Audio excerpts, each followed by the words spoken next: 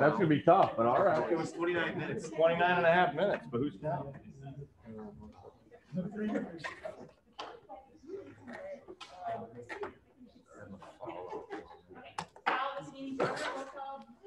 Jackie is out tonight. 15 is taking over. Oh, geez. So bear with us. Dr. Brunner? Dr. Cotillo? Mr. Cosworth? Here. Dr. Schumacher? Here. Mr. Suckman? Here. Ms. Shields? Here. Dr. Burks? Here. Okay.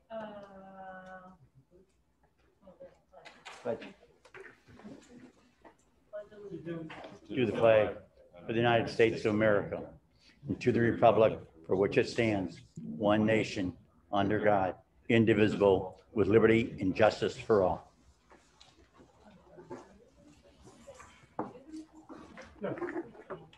Yes, I will. Cultivating learners who apply skills and experiences to enrich society. And then we have, thank you. And then we go right into student success. So we have course guide recommendations. Yes, we have.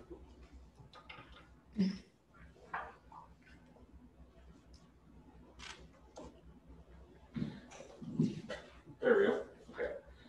Yes, we have some members of our high school, our teaching staff that are here with us remotely, and Mr. Travis will help us discuss our 2021-22 course guide recommendations for the year. The proposal includes a few general modifications. One is the minute assessment modification that will include the 85% of a grade from a summative assessment, and then a 15% is an updated from the 10% of a checkpoint and assignments. We also have additional dual credit options for our students in CTE and science class we'll talk about tonight, and also the English department has made some extensive course revisions to more closely align to the outcomes and skills needed for students to be successful on the PSAT and the SAT. They still have some work to do and have been participating in some work to modify some course sequencing and pacing that I'm sure you will hear about this evening. And so, Mr. Travis, our principal, Mr. Travis, would you like to introduce the individuals that we have on the call today? Yep. Yes, I would. All right. I guess to the upper left-hand corner is Ms. Kim Zolfel. She's our English department chair. Next to that, oh, I guess our image, I guess that's me now. Next, keep going to the right, my right, Tammy Nauman, our educational services department chair. And then Megan Martinez, she's our associate principal for student services. Mr. Nathan Schroll is right below Kim Zolfel there. He is our TOSA, and also serves as a SAC co-lead for the English curriculum. Next to Nathan is Janine Passetti, who's our department chair for student services. And next to Janine, she's not in the center square, but close enough, is Megan Steven and Jamie Rominsky. Those both are SAC members and English teachers here for a long time here at Yorkville High School. Then down at the bottom is Ms. Julie Render, our science department chair, and then Mr. Wyatt. Everybody knows Joel. So there's everybody. Okay. I did have some questions for the team, and so what I would like to do, guys, if we have a question that pertains to your particular content area, if you could just unmute yourself and respond. The first is, the question I have is for the English department. They had some curriculum changes and revisions. And I'd like to see if maybe Mr. Schroll or some of our English teachers or Ms. Zopel can talk to us about the rationale behind the changes in the course sequencing. Do you want me to take that one, Mr. Schroll? Yeah, go ahead, you can start. So when we were looking at our curriculum last year, we really wanted to avoid some of the redundancy that happens between English 1 and English 2. We wanted to make sure that we were really focusing on the SAT skills and to boost those through a grammar sequence that we have started to implement, but also to introduce some more nonfiction texts. So that's the primary change for English 2, which is where the changes really start to occur. We want to do a comparative literature. We were concerned that if we did only nonfiction for sophomore year, that we might lose student interest, but if we paired fiction texts with quite a few nonfiction texts to make that our emphasis, that we would be able to maintain their interest, but also really boost those SAT skills. The English 3 changes are just really in the sequence of how things are taught, not in what is actually taught. We have paid attention to how our students respond in that course. And so we wanted to still teach those isms that we think are important, but to do it in a thematic approach that we think will engage students more. And then for English 4, the other thing that we thought about as we looked at our curriculum is we really wanted to scaffold skills, and we wanted to be able to be assured of what our students could do when they walked across the stage at graduation. And so we want that to be a capstone course where they can show us what they can do on a more rigorous level than what they've done through English 1 through 3. And Kim, I know that you have some curriculum template documents that you are currently working on with your subject area committee. And I assume that this, when this work gets complete, that we're going to be bringing this back to the board for discussion. Correct. What's the timeline on that? Were we thinking February or March that we were? Yeah, I think at this point, Kim's team's working pretty well, and we would hope in the spring to bring you everything complete and done, and kind of formalized and cleaned up from a visual point of view as well, along with that book list.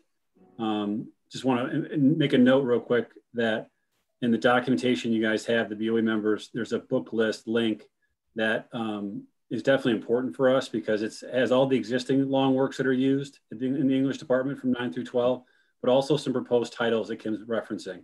So as that list gets looked at again and kind of, approved, if you will, we can kind of make sure that that becomes just, something that it's an awareness piece, essentially. We've had a lot of questions about that over the last couple of years. So we're making an express interest to have that looked at and approved. And our new titles will be on there as well for consideration. And we have time now, if there's questions with those titles, to address them as the year goes on. So I think spring, that was the plan as far as, right, Kim? And so I would say for the board's purposes, that documentation we do not have access to yet. I'm the one that has access to that, and we will be bringing that forward at the spring. From a science perspective, Julie, would you talk to us a little bit about the added courses? Sure. This year, we're proposing both astronomy and geology as dual credit classes with Wabanzi Community College. We were really interested in giving students an opportunity to earn college credit at Yorkville. We have no dual credit classes right now. And then we started, we had a little kind of a sub team kind of talk about what should be our first offering. Biology obviously coming up as one of them that's very popular to do as dual credit. We already offer both advanced biology and AP biology, but we do not offer any astronomy or geology throughout any of our courses. So as we were considering which classes to do first, we opted for those two higher interest classes that were not covered in our normal curriculum. So we went with, and we have a teacher who is able to teach those classes. So that was obviously a consideration as well. So they're both half-year classes, so students would be able to take both in 1 year. Astronomy being 3 hours college credit, and astronomy has an extra hour for lab. So it's 4 credit hours. So students in 1 year would be able to earn 7 college credit hours for science. And Julie, would you remind the board that is curriculum is built in partnership with Wabanzi? Correct. Yeah. Correct. We follow their. Internally. Sorry, Nick, can you repeat that? We do not need to design any curriculum internally. Correct. That's all already established by Wabanzi. We'll be using that syllabus. This is our first step, obviously, as board approval, and then we work with Bob Cofield at Wabanzi to get the curriculum approved. Thank you. I did have a question about the Cpe recommendations. That as the board remembers, we had some challenges with staffing, so we had to make some modifications in order to continue to offer our computer science program. And so I think Joel or perhaps Megan, can you talk to us a little bit about what this recommended plan is? Nick, do you mind? I want to go back to the science Sure. area. I think want to add to this conversation. One of the largest feedback that we receive from our graduates is the lack of math in a lot of our science courses, particularly those that then go into the sciences post-secondary. So I'm wondering how those discussions are going, because a lot of our science curriculum lacks the physics and the calculus and the hard math that is coupled with the science that many high schools offer. So that's my first question. My second question is about the transferability of some of the science courses. If you go into the science courses, I just have some questions on that to transfer those and what that looks like. I don't want to put students down a path, even with AP, if you go into the sciences and you have AP credit, they don't even take that AP credit. So if we could offer, especially for those hard science students, that they understand the landscape of those dual credits. So, Bob's not here, but Bob would echo the same thing. I can't remember how many years Bob has talked about the lack of math in the science curriculum. But just kind of wondering where those conversations are. Gary, I don't know if you can add to that. Julie, did you get that? Probably not. Not really. Bits and pieces. I'm sorry. I was trying to read the closed captioning. It wasn't getting all the words. There's a lot of what? So basically, Lynn and I had this conversation before, and I can only speak anecdotally over the past years. I mean, my kids have all gone through the science programs, the AP, and actually we had some dual credit courses too. So just to jump out what Lynn had said, there was a lot of difficulties going into the secondary schools because of the lack of math exposure, particularly in physics and in some of the chemistry. The calculus wasn't tied in. So there was a lot of fall off there. And I know even difficulties preparing for then ACT and now SAT. There wasn't enough math in those classes. Also, again, just to reiterate, Lynn said, a lot of those credits weren't transferred. So locally, for our state schools, many of the dual credit courses seem to go across fairly easily. But once we cross those state lines and go to private schools, those credits are not, they don't have value.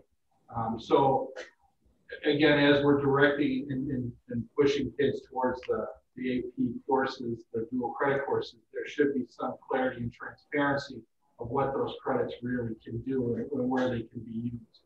I don't know how to put that together, but it would certainly be nice to have some transparency with it as well. I mean, if you can just lay out and say, look, if you're going to University of Chicago to study material science, your dual credit from Wabanzi is probably not going to work there.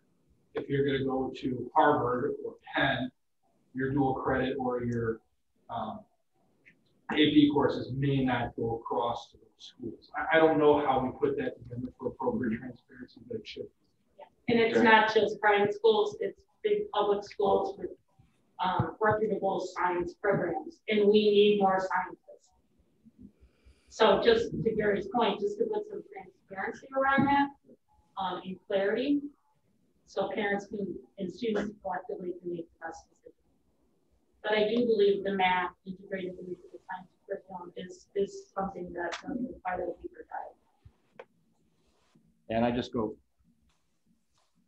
would just go a step further and also make sure that we're checking with the Illinois Articulation Agreement and make sure that as far as the transparency of the different dual language courses that we're offering are acceptable by, as Gary mentioned, certainly our Illinois schools, but they could also help us understand what might be accepted, at least in the border states as well. Mm-hmm.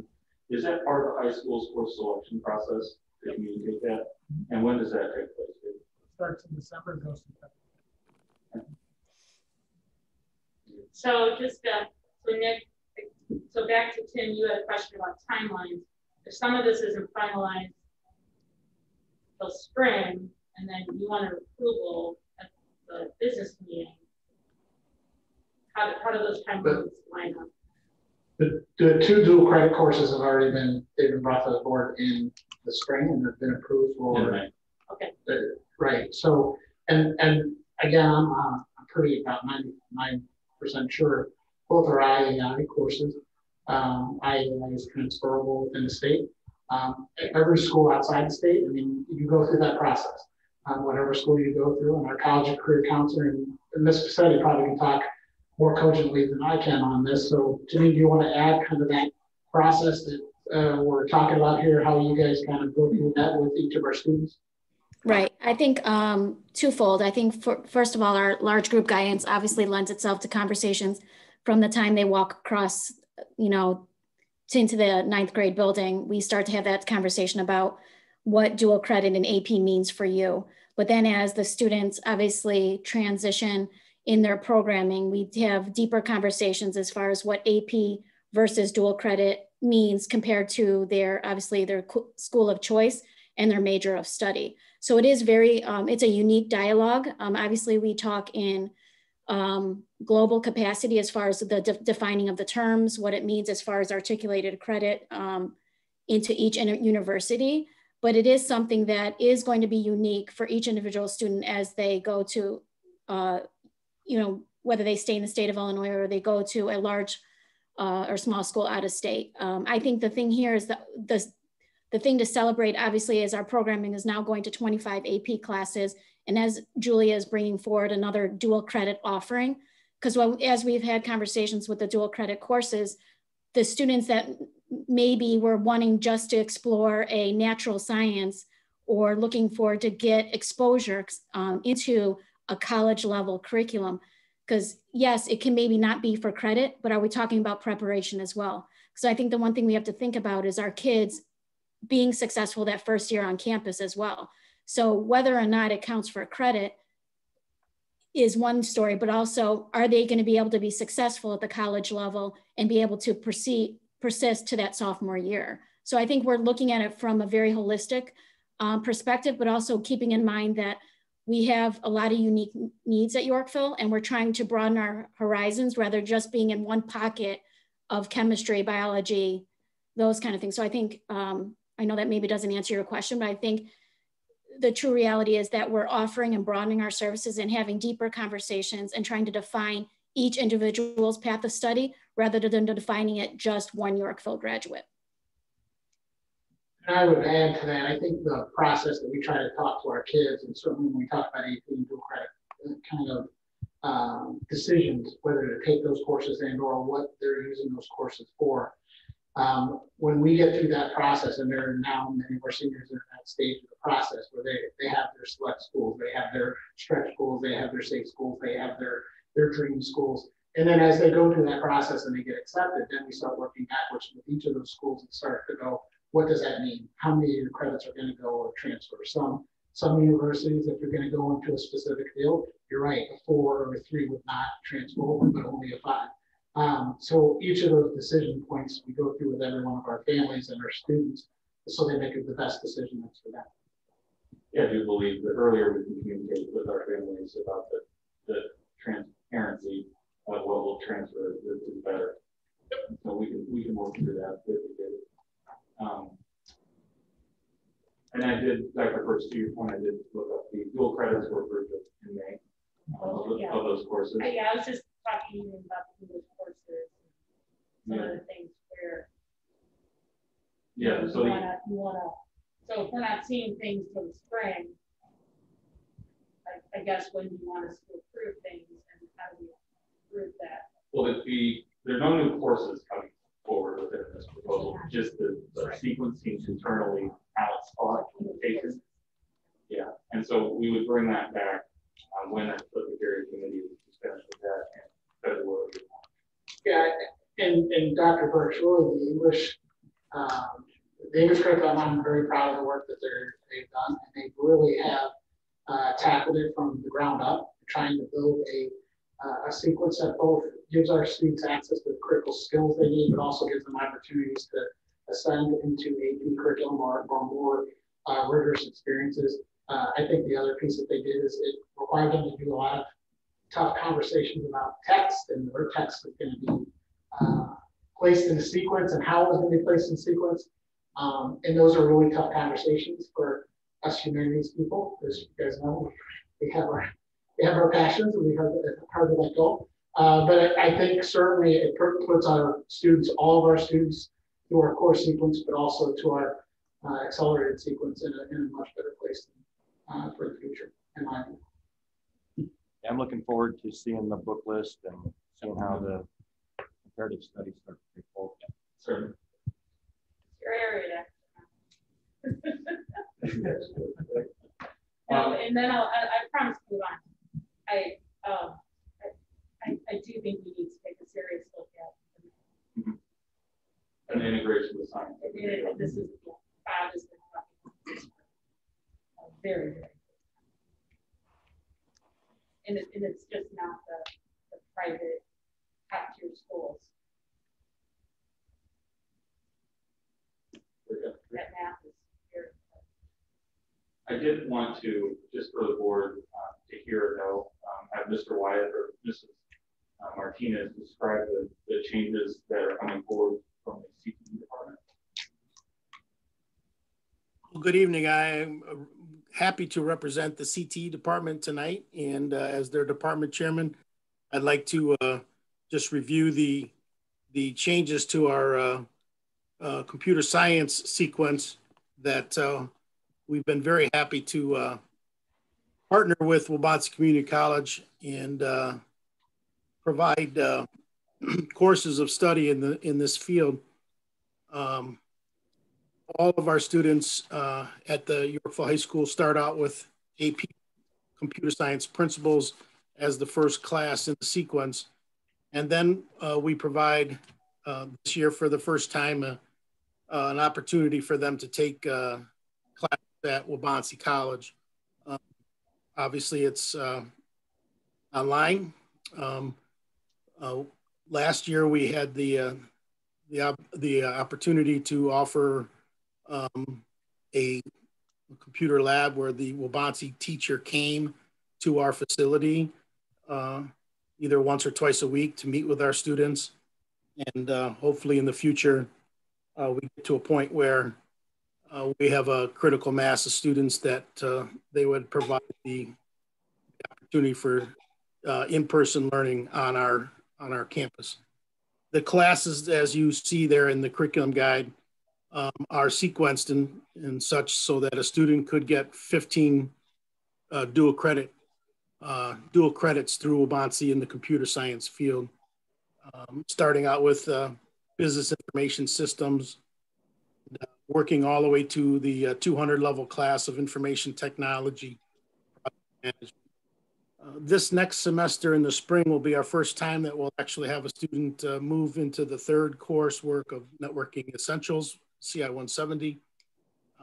But we're really excited for this sequence and the partnership that Waubonsie Community College and Bob Cofield have reached out and supported us with this sequence. Just to add a little why we are recommending those courses, and working with Bob Cofield and the ICCB put out a model program guide.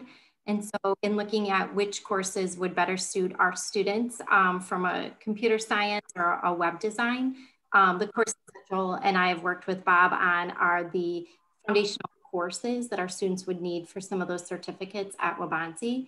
And so how we have it sequenced now is that their senior year, our students, if they matriculated through our current course sequencing, starting as a freshman in AP Computer Science Principles, by their senior year, they could work with a admissions counselor at Waubonsie and our counselor to determine which dual credit courses in either the computer science or web design or cybersecurity, because the Plano campus of Waubonsie's will actually be completely dedicated to cybersecurity. So they can work to kind of determine which certificate or course path that they want to take. And this was that's kind of this. And so that's wonderful. So it's possible some students will walk out with this certificate or an associate degree. Yes. Yeah. That's correct. Correct. Now with the to be able to offer core sequences well, so we can offer core science, and core math, and a core English, because we have the dual credit options. They actually could have So the courses that we recommended actually are the foundational courses, and one of our students, when they graduate, could actually be really close to completing the credits needed for either the cybersecurity, computer software development, computer support, or website authorization certificates through Wabanzi. We're also trying to work through summer programming with them to see if we can do some summer break programming for them as well, to see if we can make that a little bit more robust. Any other questions for our team here? Thank you for joining. I just certainly wanted to say thank you for all your hard work and being able to join us virtually tonight. Very much appreciated. Thank you, guys. Thank you. Thank you. Thank you.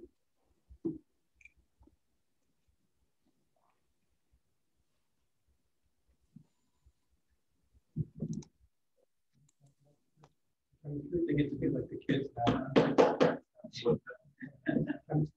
About the archiving of the discount. Do you want to address that, David? I'm sorry, we lost Julie, I believe. I think you're talking about the educational service. Correct. Last year, as we went through the process, and certainly science through SAC process, we have a course that's been offered for quite a few years. It's called PhysChem. It was offered not this year, but certainly in years past. PhysChem came out of the process before my time. It emerged through a process of a compromise between having physics for all students, or students traditionally, most schools follow a biochem physics sequence. And so this PhysChem course came out of that model of students would take bio, then PhysChem, and then maybe take chemistry or physics.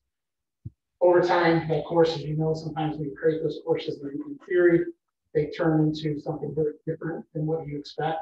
And I think we put in there, articulate kind of what the outcomes of that PhysChem. So as our science teams made some decisions to say that our course sequence for all of our students should be a biochem sequence. So this year, all of our students are going from bio to chem. With that being said, we have some students that are self-contained curriculum, so that curriculum can be modified. So we have to offer the chemistry self-contained motor for those students that diagonally move. So if they're successful, we can move them into the core experience. With that, earth science is an elective science for us. So we haven't offered it. So that's on. That's the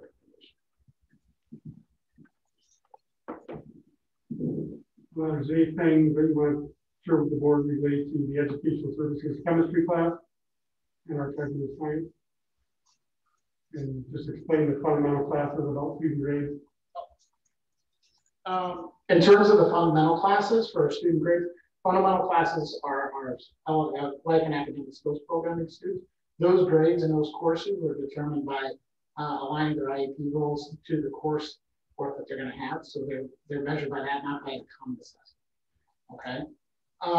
The reason we did that is because as we're reporting out our progress on our curriculum chapter on their LMS, we didn't want to report out that our functional curriculum didn't have common assessments. You guys would look at first common assessments for functional curriculum. So that's why we put that in there as a caveat to make an explanation. And how long has that taken place, David? How long have we employed that practice? I believe that's always been practice as long as life and academic skills program has been in existence here. So on the document you provided, that doesn't correlate with chemistry? No, sir, it does not. Self-contained curriculum. Any self-contained curriculum, our self-contained curriculum would be any of our curriculum that we offer in our core experience. So anything that we would require for graduation requirements, probably the easiest way to explain it. We offer the same summative assessments. They take the same common assessments that our kids do in regular chemistry or regular biology, it doesn't matter. However, it allows our, in a self-contained setting, you can modify the curriculum.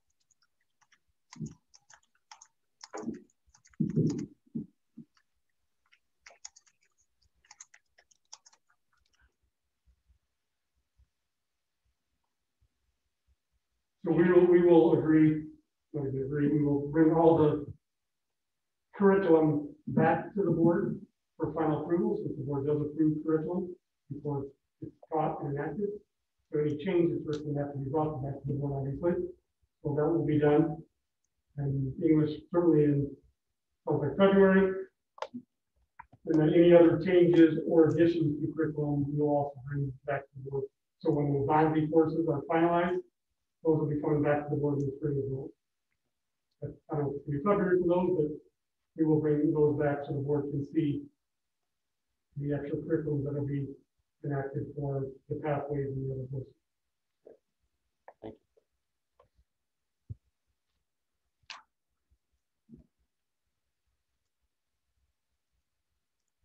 Thank you, David. It's not on the agenda, but it's under other. If you have nothing further on that. There's a document there of reference to the board, but under student success, a couple updates that I wanted to provide with COVID. So if you look on 3.02, there's an attachment to the board. First of all, just from a conference standpoint, there's been a lot of discussion regarding IHSA basketball. The conference superintendents have discussed and share a little bit with the board, but right now, after talking to Mr. Travis, talking to Nick Kielhart, and then talking to the other conference superintendents, we are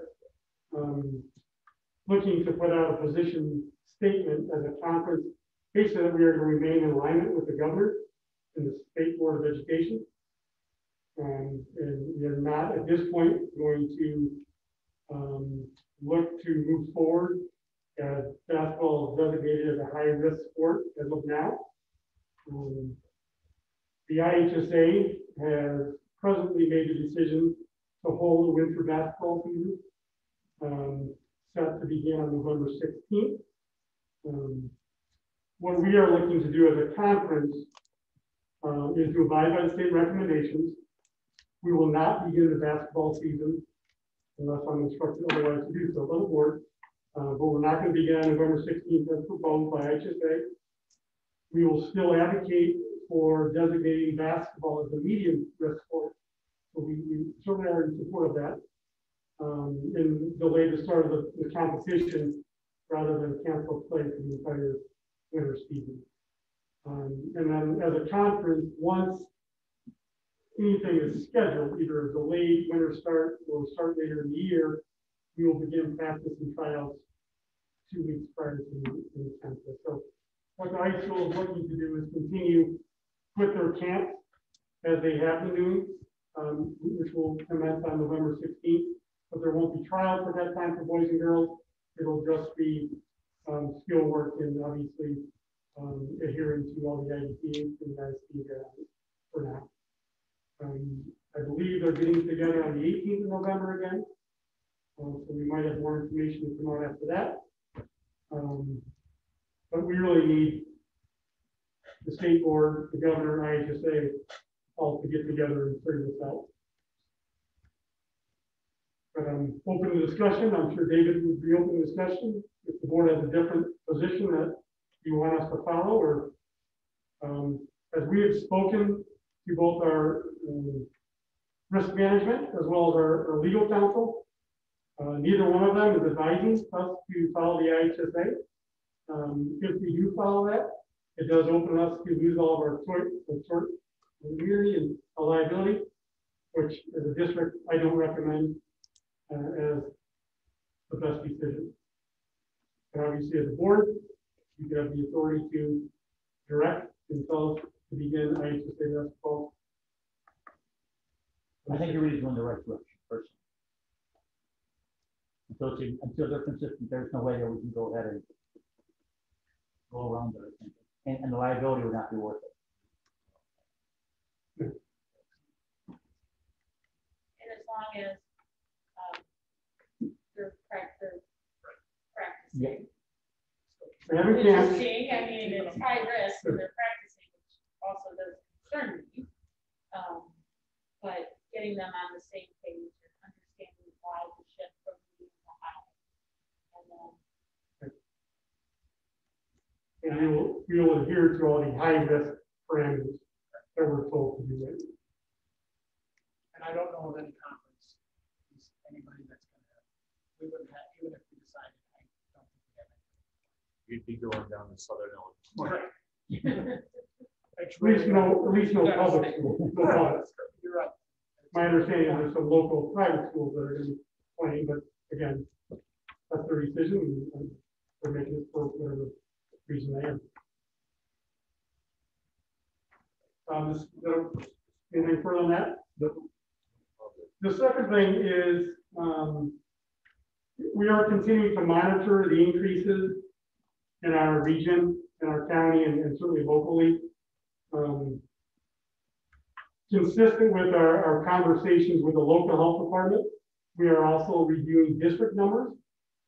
A couple of weeks ago, we had a meeting with the county, all the superintendents in the county, and they came back and they shared with us that at that point, they weren't going to make any recommendations. They were going to leave it up to local school districts to work with them and with health professionals and IDPH and state board to continue with whatever instructional models at that point seemed best to meet the needs of the district. We are getting more feedback, as I'm sure you can imagine, from parents asking about thresholds that we're going to move to full remote. Staff is anxious, and rightly so. It's anxiety ridden for everybody as we, if you see more letters going home about positive cases in our buildings, whether it's a staff member or a student, and obviously that's not revealed. And that in itself causes anxiety because we have to certainly protect the privacy of individuals. And they see, people going home for quarantine, but they don't know that. They see people going home for common symptoms of just illness. But as a staff member or as parents, they don't know the context, like a few of us may. At this point, I have yet to find evidence in other counties from our county or any research that says that if we go remote, we're going to see a decrease in community spread or community transmission. I've been looking for it. I've been talking to the superintendents who paid, plate, and cook, and then obviously in our own, and no one has been able to show me that. It might be out there. And I certainly believe there's a lot of questions about, or a desire that if we move to full remote with our students, that the safest, healthiest, is going to minimize or decrease, the transmission in the cases in our county. We also do follow zip code data because we are certainly could be different than Oswego or Plano or Newark or anyone else that feeds into County County. So with all that said, I did provide some data to the board that shows student cases. When we look at positivity since August 21st, with 4,450 kids coming into our schools at some point throughout the week, hybrid or full time, we have 66 cases, which is 1.5% positivity. And then when you look at the staff, we had 22 positive staff members. When you look at 946 total employees, which is 2.3% since August 21st. It's fair to say that I would say the last month, we've seen an increase in cases. The first 2 months were not as, as many. I guess the rapid increase that we've seen that. But relatively speaking, our positivity rates are right now in district, in schools, we believe very manageable. It's not to say by the end of the week, by next week, we will be having a different conversation. Or as the medical and health professionals give us more insights, we might say it makes sense. And certainly we're not opposed or shy or going to be afraid to make a decision on a building, on a classroom, for the entire district. We feel the best interest of health and safety to go that direction. I just want to let the board know where we are.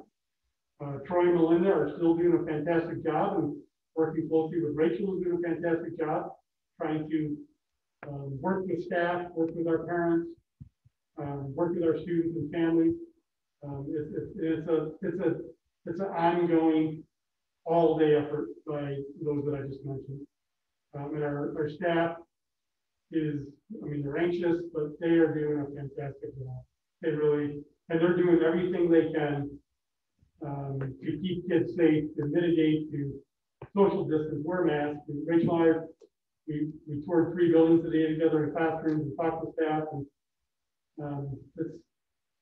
kids are, they're learning, and it's hard. It's hard on our staff. But I continue to advocate at this point today for in-person, the options that we have. The mental piece of it for both adults and kids is a significant factor on that too. So unless someone else has more insights or has more questions, I just want to provide a brief update to the board and the community, and field any questions or entertain discussion.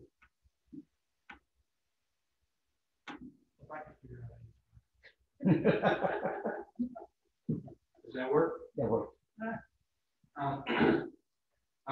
So, today I spent the whole afternoon just seeing ILI patients because we opened up a new clinic in Yorkville to allow for the greater numbers. The hospital is extremely busy, and that reflects downtown as well. They're extremely busy. Our clinics are, I think we were at 2.5-hour wait over the weekend.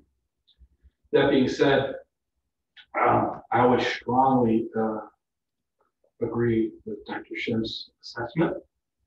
I think that it's very important that we continue on course exactly what we're doing. Not only do I think it's very important for the well-being of the kids, their families, and so forth, but the lost piece that I think we forget about is the best mitigation for the illness is monitoring and tracking.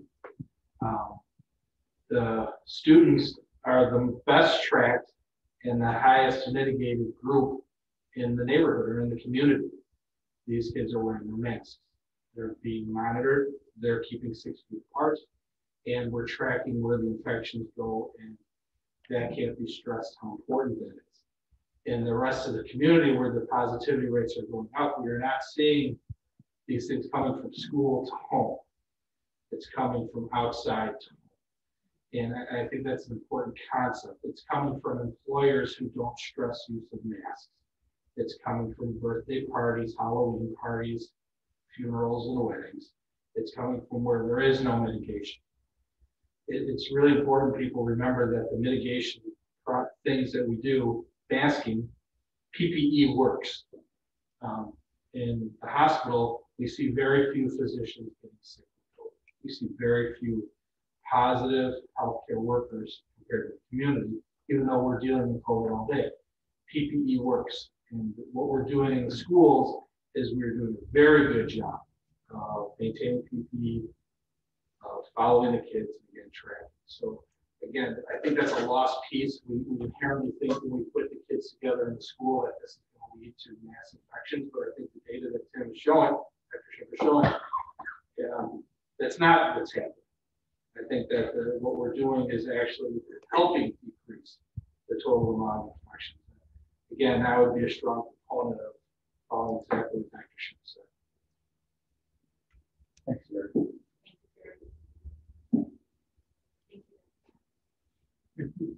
Conversation. Any other thoughts or comments? All right, then we will move on to operational excellence. And then we have a resolution.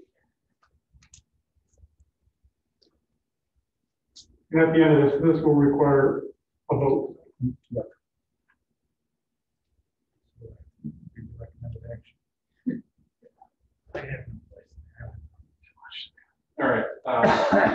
Motion to approve the resolution providing for the issue of not to exceed $9,360,000 general obligation limited tax school bonds of community unit school district number 115, Kendall and King counties, Illinois, for the purpose of increasing the working cash fund of said school district providing for the levy of a direct annual tax to pay the principal and interest on said bonds, and authorizing the proposed sale of said bonds to the purchaser thereof.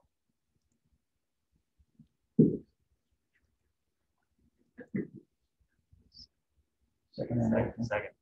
Additional comments? Roll call, please. Dr. Katua? Yes. Mr. Sefner? Yes. Mr. Kozowitz? Yes. Dr. Schumacher? Yes. Ms. Shields?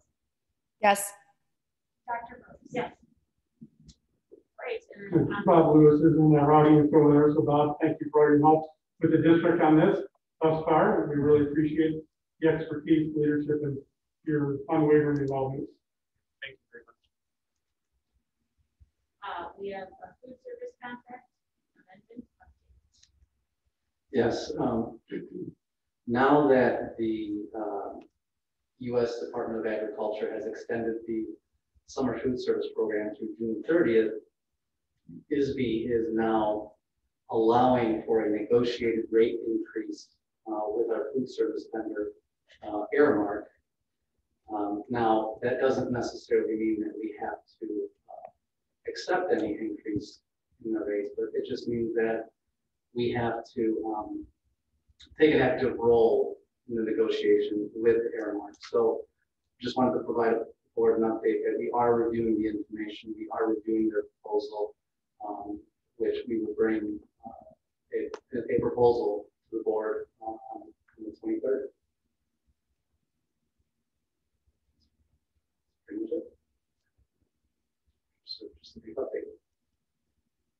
Any questions, comments?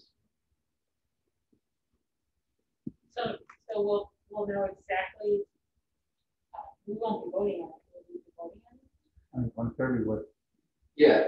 Well, we have to bring to the board whether we're going to keep it flat, and not have any rate increase, or if we are going to increase the rates. We have a time for, do we know the percentage that we think the rates have gone up? Not yet, but we're going to have that discussion with their marketers.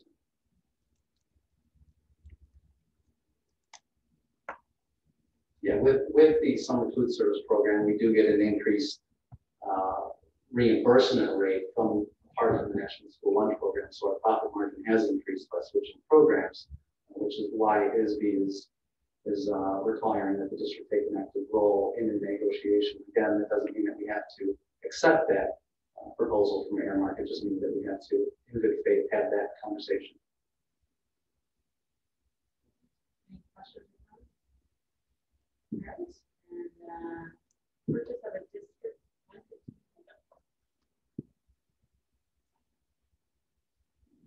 Heather just keeps on spending money. Nice. That ain't been a great job. So we're bringing 2 trucks to the committee tonight. The first one is a new pickup truck for our Buildings and Grounds Department. We budgeted for this in our operations and maintenance budget, which was presented to the board in September of this year. The proposal is for a 2024 F-250 regular cab with an 8-foot bed on the back. It will be replacing our existing 2007 GMC Sierra pickup truck. We have allocated $40,000 for the purchase of this vehicle, but the cost for the truck actually came out to be $29,750. So it came in a lot under budget, so that was good.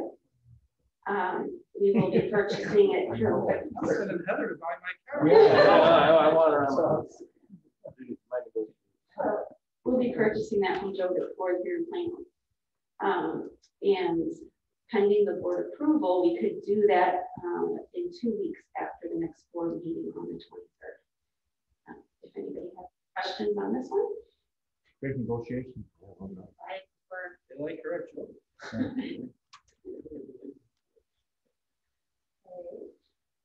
And then do you want me to move on to the next? Okay. So the next one is a service truck for the maintenance department.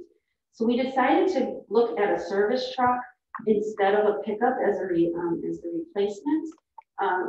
It is a 2020 Chevy Silverado with a double cab, and it has an 8-foot service bed in the back. And what we're noticing is that we have a lot of specialized equipment for our HVAC and for rooftops and boilers that require special parts that we can't keep on our regular pickups with the regular tool bed in the back. So this way we'd be able to keep our spare parts on the truck, which would help to reduce our turnaround time when things break down. So we're looking into purchasing this service truck to replace our 2006 GMC Sierra.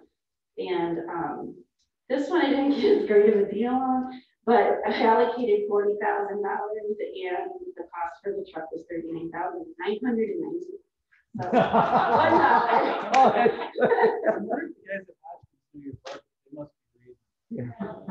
So it was a lot more expensive. They came down a lot actually. This is actually the price for the service truck. They usually run over $50,000 for those. So I guess I shouldn't put what it was, but that's what they came down to.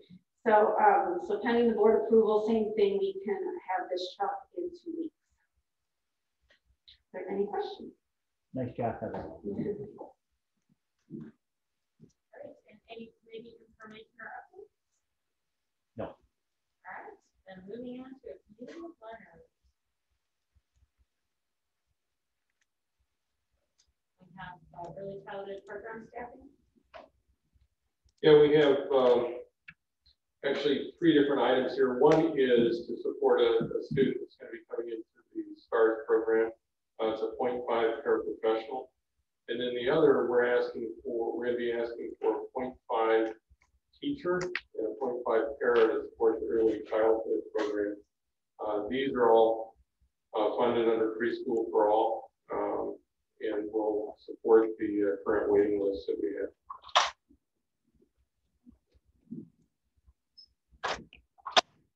We have the Director of Personnel and Talent Development. Yes, this is a new proposed job description. As much as I'm trying to convince Troy to come back one more year, he said this year will be it for him. So we are looking to move forward with replacing Troy. And really the bulk of the change here, if you turn to page 2 of that, where it really talks about the talent development aspect of this role. Looking to get more into the weeds with a lot of the growth of individuals from a professional standpoint. Relooking at our employee retention, promotion, and succession planning as we move ahead. Working closely with Dr. Boston in the teacher learning department. With all aspects of PD and work with our building level administrators, both for new teachers, but also veteran teachers, the evaluation process and how that fits in to talent development, and attrition, and all those things that we're trying to accomplish as a district. So not a significant piece from the area of staffing, program, and compliance on this job description, but really more looking now for continuing to enhance that department. Debbie Cool, Troy's executive assistant, she's retired as well. So my timeline would be, the greatest hope is to post this on the 24th after the board approves the job description on the 23rd. From there, we would really go through a process of screening, looking at working with committees of some YA members and obviously Rachel and her leadership team, as well as district and building level administrators, possibly have a board member as we get further along. And then my goal was bring a recommendation at the end of January to allow that person then to be involved in interviewing and finding their executive assistant as well. And then help with transition in the spring into the end of June when Troy sails off into the sunset. So just looking for the board's on the 23rd, your approval of this if possible. If you have questions between now and then, please reach out to me and be happy to address it.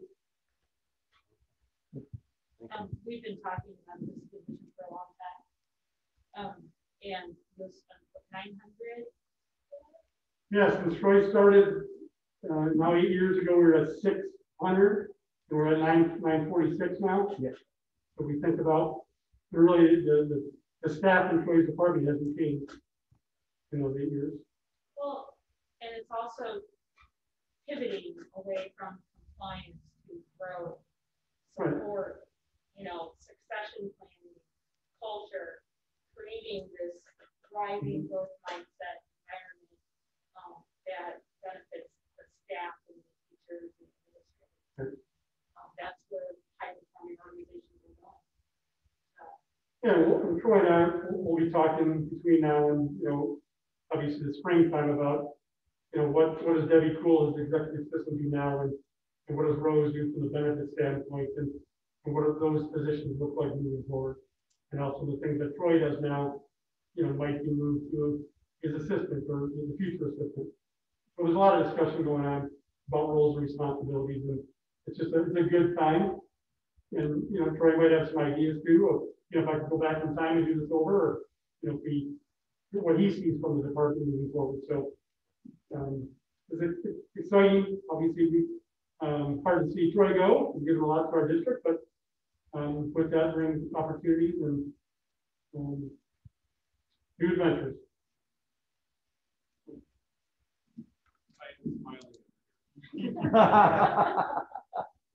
And I think I've had some conversations with Dr. Birch too. Just Dr. Rousseau he's going to be leaving us the following year. So I am in the process of brainstorming and just looking at, from a district standpoint, what kind of role responsibilities and changes we might want to make as well, from various perspectives. So I'll be working with Dr. Boffner and the rest of the cabinet to probably bring something forward later this winter and past New Year. Thank you. Any questions for me? Any additional updates or information? I just want to congratulate Mr. Vargas. He recently passed his chief business official, school business official test. There's a few more weeks where he has to hopefully have maybe sign off his internship and his portfolio. Yeah. But we're really proud of the work he's done. It's been a long journey for him. He's a lot on your plate, and I know what it's like to try and finish a degree and a certificate. So I commend you. It's like most on this board as well. So congratulations, Mike. Very proud of you. Nice, Mike. Thank you very much. I do believe that's it. So we need a motion to adjourn. Motion to adjourn. Moved and seconded. All those in favor? It is Kathy Anderson's birthday tomorrow, for those of you who may not know, if you think about it.